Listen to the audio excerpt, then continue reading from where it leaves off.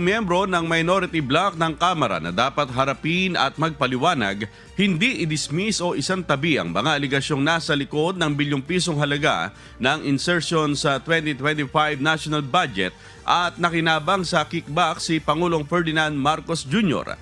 Gayun din ng revelasyon ng dating Public Works and Highways Undersecretary Roberto Bernardo na ilang palace official sumano ang sangkot sa kickback scheme sa infrastructure projects ng gobyerno.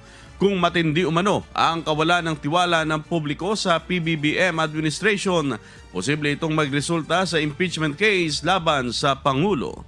Kung broken na yung trust ng public kay President, ay maaari pa ring tumindig yung allegation na yon. Kaya actually, ang hamon talaga natin kay President Marcos Jr.